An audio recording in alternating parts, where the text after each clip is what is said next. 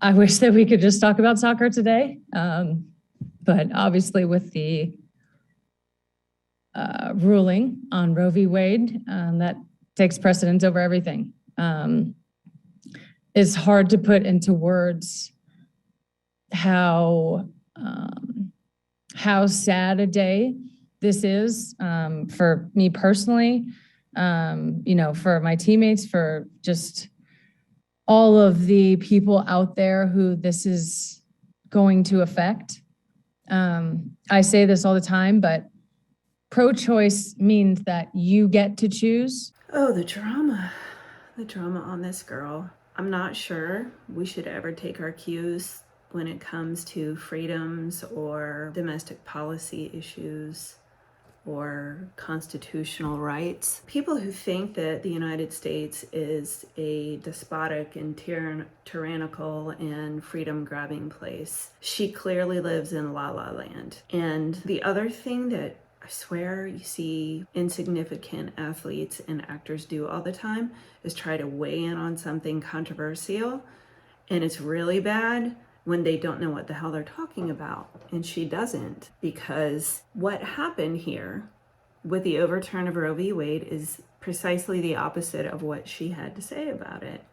It's returning rights. Nobody took the rights from anybody. What happened in the overturn of that decision was to return the option to state government. And I don't know about you, but I would much prefer the people who live a short ways away from me and I can go visit them at their place of work and talk to them about the votes that they're casting. And there's not 437 of them that I have to speak with in order to try to have some influence. Your local state house is where these decisions should really be made. And that is precisely what happened. But just like a non-player character, zombie, egghead brain athlete, she doesn't know what she's talking about. And she's looking to create panic and attention for herself. She cares little about what happens to anybody but her. And it's written all over her face. Pro-choice allows other people to be pro-life if that is what works for them. It might be the craziest thing I have ever heard, is that pro-choice allows people to be pro-life. Such a great little buzzword, buzz statement, such a little gotcha. She probably thought she was really smart for saying that. Or that is what their beliefs are, or if that is where they're at in their life. Pro-life doesn't allow anybody to make a choice. Pro-life allows the baby to have a choice. The baby that didn't ask to be there. I think this, obviously, you can understand from an individual perspective how difficult it is to live in a country where you have a constant, unrelenting, violent,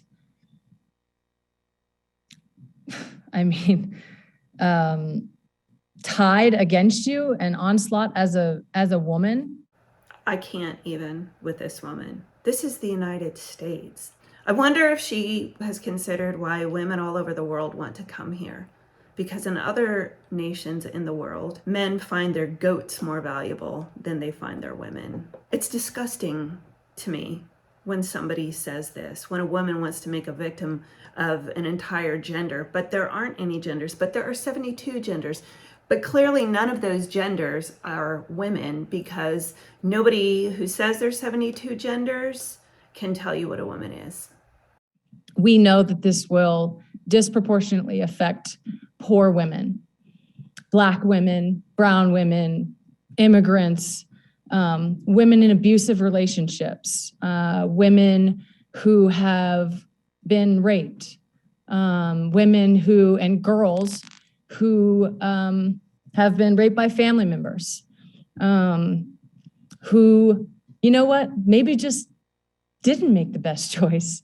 And that's no reason to be forced. Did she miss any marginalized group of women in the entire world? I wonder if she's done any research on the abortion laws in countries in Europe, or maybe even other cultures that she's unaware of.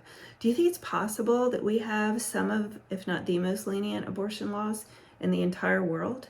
Nobody is taking any right from anybody here. a bigger choice is available to people at the state level. Who have a pregnancy. It will completely exacerbate so many of the existing inequalities that we have in our country. She had to bring up inequalities when I thought she reached every possible way to express a state of victimization here. She just topped herself. I can't imagine. I wonder what she's going to say next. It doesn't keep not one single person safer. It doesn't keep not one single child safer, certainly, and it does not keep one single inclusive term women. Of course she did. But she also is displaying her endless brain power here by saying that not letting people kill babies doesn't keep any babies safer. And safer. We know that the lack of abortion does not stop people from having abortions. It stops people from having safe abortions. I would encourage people to understand all of the different aspects that overturning Roe v. Wade will have on so many, actually on everyone. She almost said women, on so many women. And then she had to catch herself because she almost used the W word, because we know, of course, that dudes can have babies. Not sure where it comes out of on a dude. Not sure I want to know, or how it gets in there. God no. Spare me. In the entire country. I just can't understate how sad and how cruel this is. I think the cruelty is the point. Not being able to kill babies in certain states, that's somehow cruel. Because this is not pro-life by any means. This way of thinking or political belief is coupled with. It's not a political belief. It's basic humanity. A complete lack of motivation around gun laws. That's right. We have no motivation around gun laws because they end up killing people. Gun laws kill people. You want to know how gun laws kill people? Because in every area of our country, with the strictest gun laws, you have the most gun violence and the most gun deaths. It's sort of like that ongoing conversation that we have that Chicago is more deadly than Iraq. You can't own a gun in Washington, D.C. So why is there all this gun violence? You can absolutely say, without exception, that gun laws kill people. I think that should be the new NRA or Gun Owners of America, or I don't know, people with basic common sense. That should be our new mantra. It comes with pro-death penalty. It comes with anti-health care, anti-prenatal care, anti-child care, anti-pre-K, anti-food assistance, anti-welfare. So she's talking about a whole list of handouts. You understand? We are talking about basic rights. And if the right to life isn't first and foremost, I don't know why anything else matters.